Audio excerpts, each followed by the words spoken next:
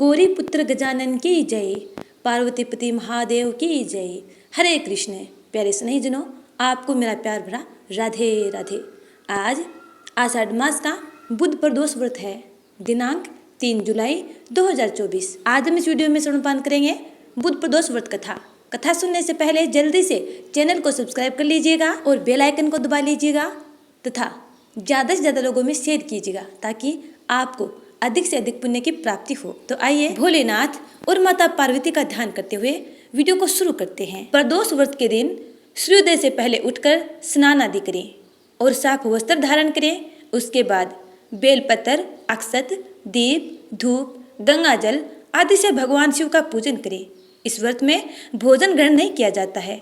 पूरे दिन का उपवास रखने के बाद सूर्यास्त से कुछ देर पहले दोबारा स्नान कर लें और सफ़ेद रंग का वस्त्र धारण करें। फिर स्वच्छ जल या गंगा जल से पूजा स्थल को शुद्ध कर लें। अब गाय का गोबर लें और उसकी मदद से मंडप तैयार कर लें। 5 अलग अलग रंगों की मदद से आप मंडप में रंगोली बना लें। पूजा की सारी तैयारी करने के बाद उत्तर पूर्व दिशा में मुँह करके कुशा के आसन पर बैठ जाएं और भगवान शिव के मंत्रों का जाप करें और भगवान शिव को जल अर्पित करें। अब सुनते हैं प्रदोष व्रत कथा। स्कंद पुराण में वर्णित एक कथा के अनुसार प्राचीन काल में एक विधवा ब्राह्मणी अपने पुत्र को लेकर भिक्षा लेने जाती थी और संध्या को वापस लौटती थी। एक दिन जब वह भिक्षा लेकर लौट रही थी तो उसे नदी के किनारे एक सुंदर बालक दिखाई दिया जो विदर्भ देश का राजकुमार धर्मगुप्त था। शत्रुओं ने उसके पिता को मारकर उसका राज्य हड़प लिया था। उसकी माता की मृत्यु भी अकाल हुई थी। ब्राह्मणी ने उस बालक को अपना लिया और उसका पालन पोषण किया। कुछ समय पश्चात ब्राह्मणी दोनों बालकों के साथ देवयोग से देव मंदिर में गई। वहाँ उनकी भेंट ऋषि सांडिल्य से हुई। ऋषि सांडिल्य ने ब्राह्मणी को बताया कि जो बालक उन्हें मिला है वह विदर्भ देश के राजा का पुत्र है जो युद्ध में मारे गए थे और उनकी माता को ग्राह्य ने अपना भोजन बना लिया था। ऋषि सांडिल्य ने ब्राह्मणी को प्रदोष व्रत करने की सलाह दी।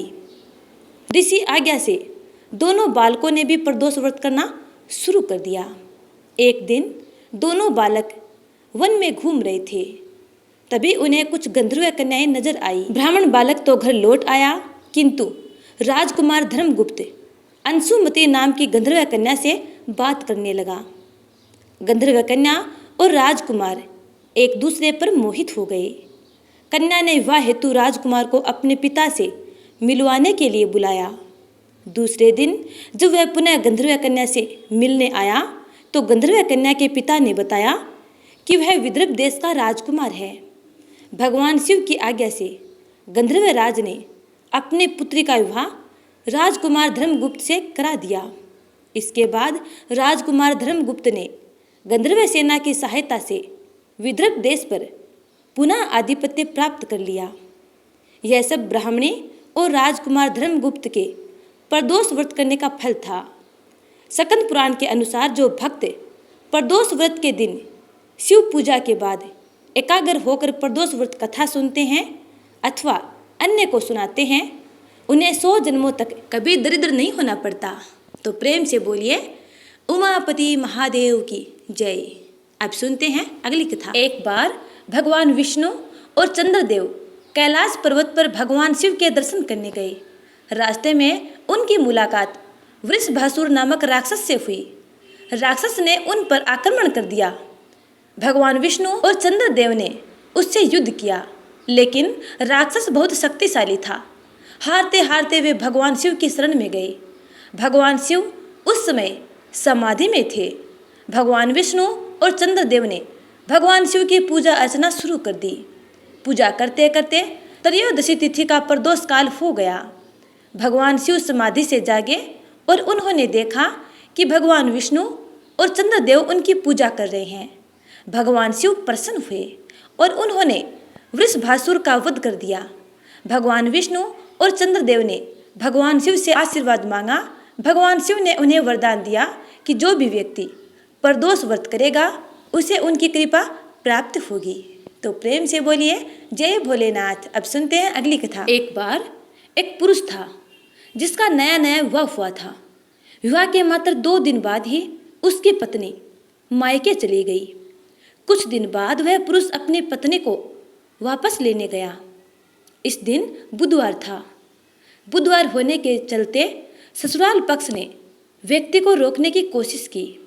उनके अनुसार विदाई के दिन बुधवार का दिन शुभ नहीं होता, लेकिन उसे इस बात पर यकीन नहीं था, इसलिए वो अपनी पत्नी के साथ चल पड़ा। जैसे ही वो नगर के बाहर तक पहुंचा तो उसकी पत्नी को प्यास लगी। वह अपनी पत्नी के लिए पानी लेने के लिए चल पड़ा। उसकी पत्नी एक पेड़ के नीचे बैठ गई। कुछ देर बाद वो पानी लेकर वापस लौटा तो उसने देखा कि उसकी पत्नी हंस हंस कर किसी से बात कर रही थी। वो उसी के साथ लोटे से पानी पी रही थी। यह देख उसे बेहद क्रोध आ गया। जब वह अपनी पत्नी के पास गया तो वह बेहद चकित रह गया। उसने देखा कि उसी की शक्ल का आदमी उसकी पत्नी के पास बैठा है। दोनों को देख उसकी पत्नी गहरी सोच में पड़ गई। दोनों पुरुष झगड़ा करने लगे। दोनों को झगड़ता देख आसपास भीड़ इकट्ठी हो गई। इतने में सिपाही भी आ गए। एक जैसे 2 आदमियों को देखकर वो भी चकित रह गए। सिपाहियों ने स्त्री से पूछा कि आखिर उसका पति कौन है। वह भी चकित थी। इस पर उसने शंकर भगवान से प्रार्थना की और कहा कि वो उसकी रक्षा करें।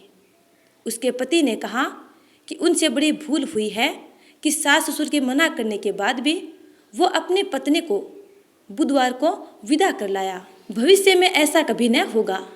व्यक्ति की प्रार्थना पूरी हुई और दूसरा व्यक्ति अंतर्ध्यान हो गया और पति पत्नी दोनों सकुशल अपने घर पहुंच गए।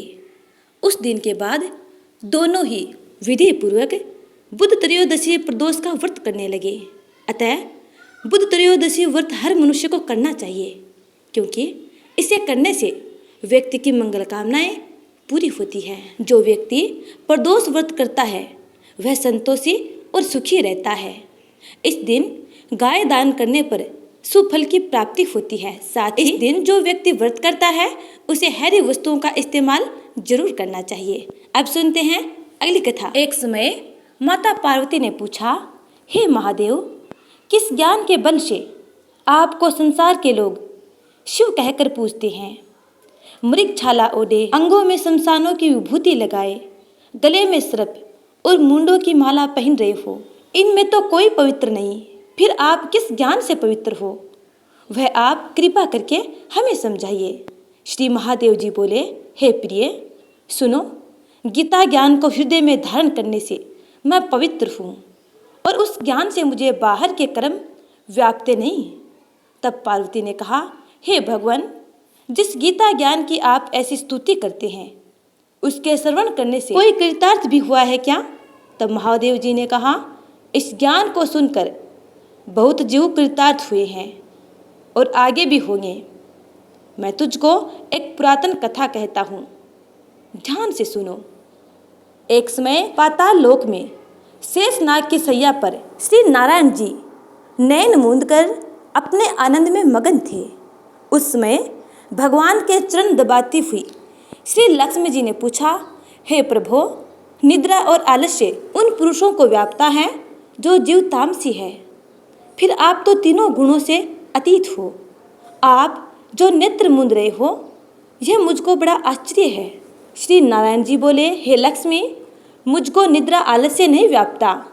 एक शब्द रूप से जो भगवत गीता है उसमें जो ज्ञान है उसके आनंद में मैं मग्न रहता हूँ।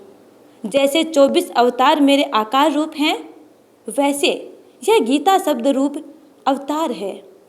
इस गीता में यह अंग है।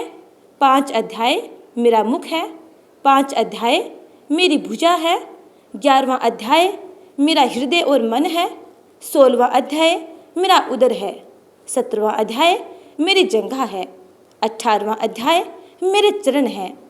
सब गीता के जो श्लोक हैं सो मेरी नाड़ियाँ हैं और जो गीता के अक्षर हैं सो मेरे रोम हैं। ऐसा जो मेरा शब्द रूपी गीता ज्ञान है, जिसके अर्थ मैं हृदय में विचारता हूँ और बहुत आनंद को प्राप्त होता हूँ।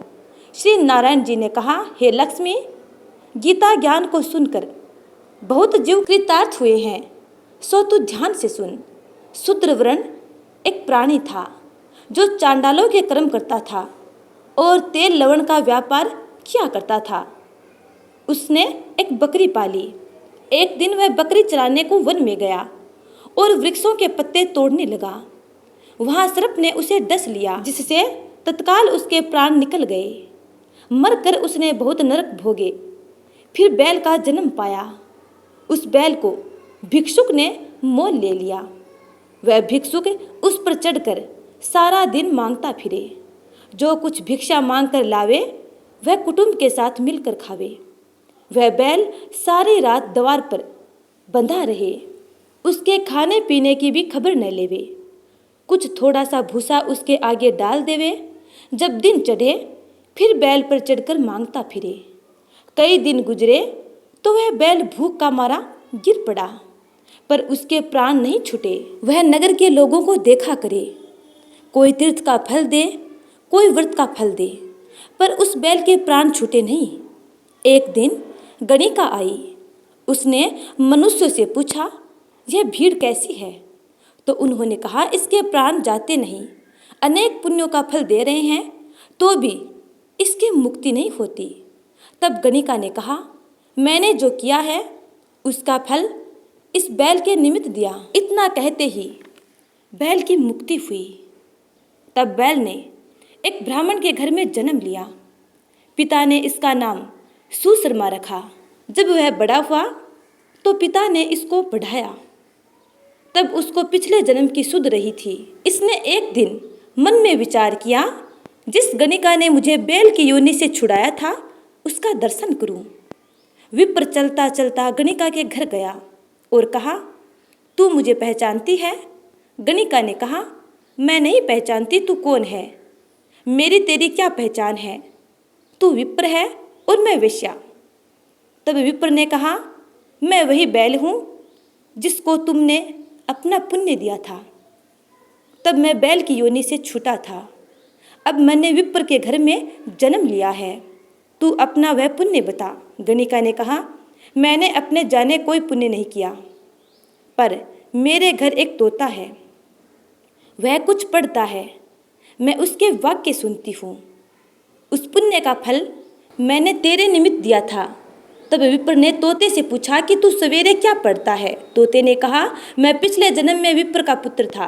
पिता ने मुझे गीता के पहले अध्याय का पाठ सिखाया था। एक दिन मैंने गुरुजी से कहा, मुझको तुमने क्या पढ़ाया? तब गुरुजी ने मुझे शाप दिया कि तू सूआ हो जा। तब मैंने तोते की योनि में जन्म लिया। एक दिन फंदक मुझे पकड़ ले गया। एक विप्र ने मुझे मोल लिया। वह विप्र भी अपने पुत्र को गीता का पाठ सिखाता था। तब मैंने भी वह पाठ सीख लिया। एक दिन विप्र के घर चोर घुस पड़े। उनको धन प्राप्त न हुआ तो पिंजरा उठा ले गए। उन चोरों की यह गणिका मित्र थी। मुझे इसके पास ले आए, सो मैं नित्य गीता जी के पहले अध्याय का पाठ करता हूँ। वही ये गणिका सुनती है, पर इस गणिका के समझ में नहीं आता। जो मैं पढ़ता हूँ वही पुण्य तेरे निमित्त दिया था।